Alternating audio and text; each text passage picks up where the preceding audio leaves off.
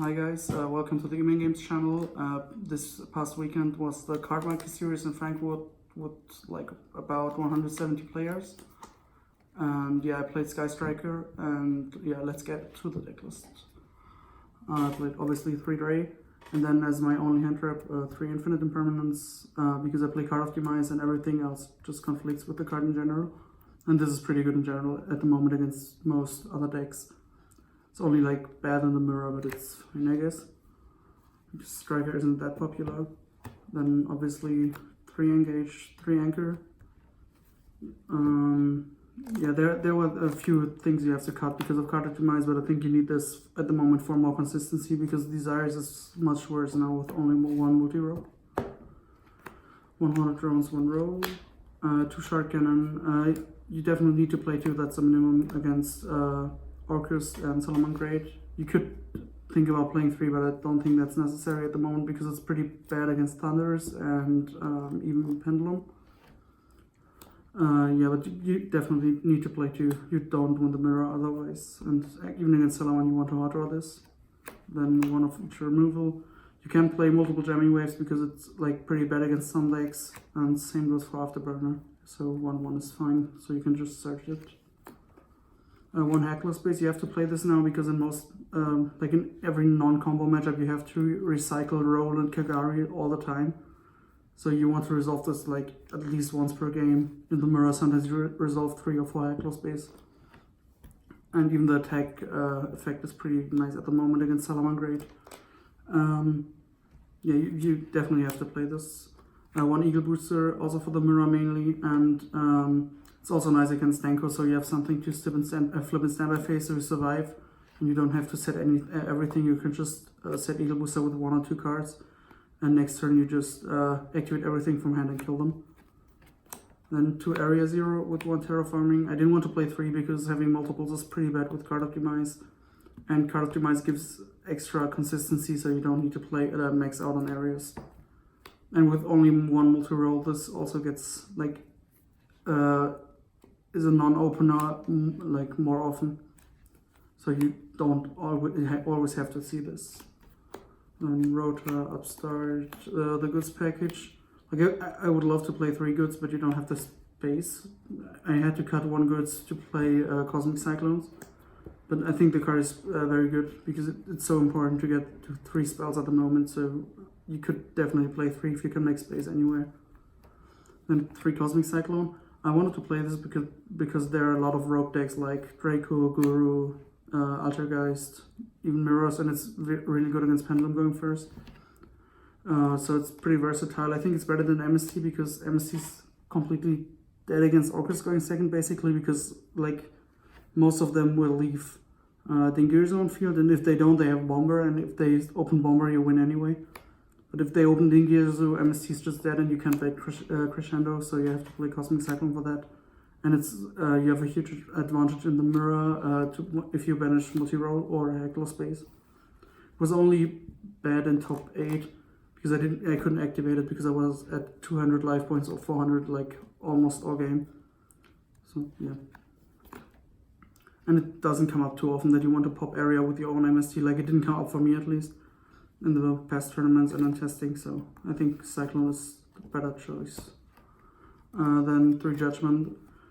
This card is insane. I don't know why it's a 3. Like it's so versatile. Even going second, it's pretty good because you can just use it on like on Heatley or something, and it protects. There can be only 1. This card is also pretty good. Like every deck has multiple monsters of the same type on field in most scenarios, and even the mirror. If they go for Hayata and attack directly middle engage, you can just activate this and they can't go for Kagari or Shizuku or anything. Like, you're still sided out, but it's not that bad game 1. And it's so good against Salamangreat, Pure Thunder Dragons, even against like combo Thunders and Orcus after they summon the Nightmare. You have 40 cards. Then side deck is basically like everything is against combo except for 3 cards there for the mirror. Like 3 Sphere Mode. It's even if you don't have your normal summon, this is still insane because combo decks don't have so many resources left after they put their field. So you just like take everything wait one turn, and then you are able to play. And in good hands, you can still you can directly play. You side out Demise a lot against combo decks because this and also Super Poly are dead with Demise. Like they conflict too much, so you just side them out.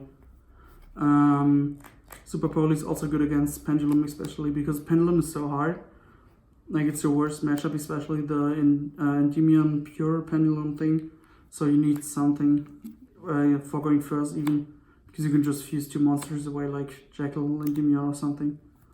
I didn't activate this tournament, but I also only had 1 Pendulum, so yeah. 3 mine. I don't think this wasn't too great, but it's still fine against combo decks to just bait a negate or bait negates and then activate it to get time. I think it's not bad, but I'm not sure if you need that.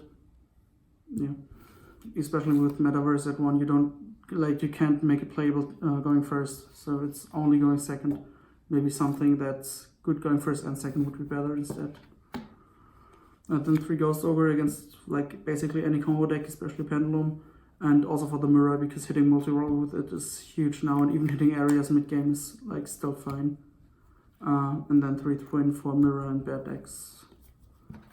Then extra deck, 3 Shizuku, 3 Ayate, 1 Kagari, only 1 Kaina. I was playing 2, but I had to make space for the Super Poly targets. So yeah, only 1. I only missed it in top 8, otherwise it was fine with only 1. And the Super Poly targets, if you're playing Super Poly, you should play all 3, I think.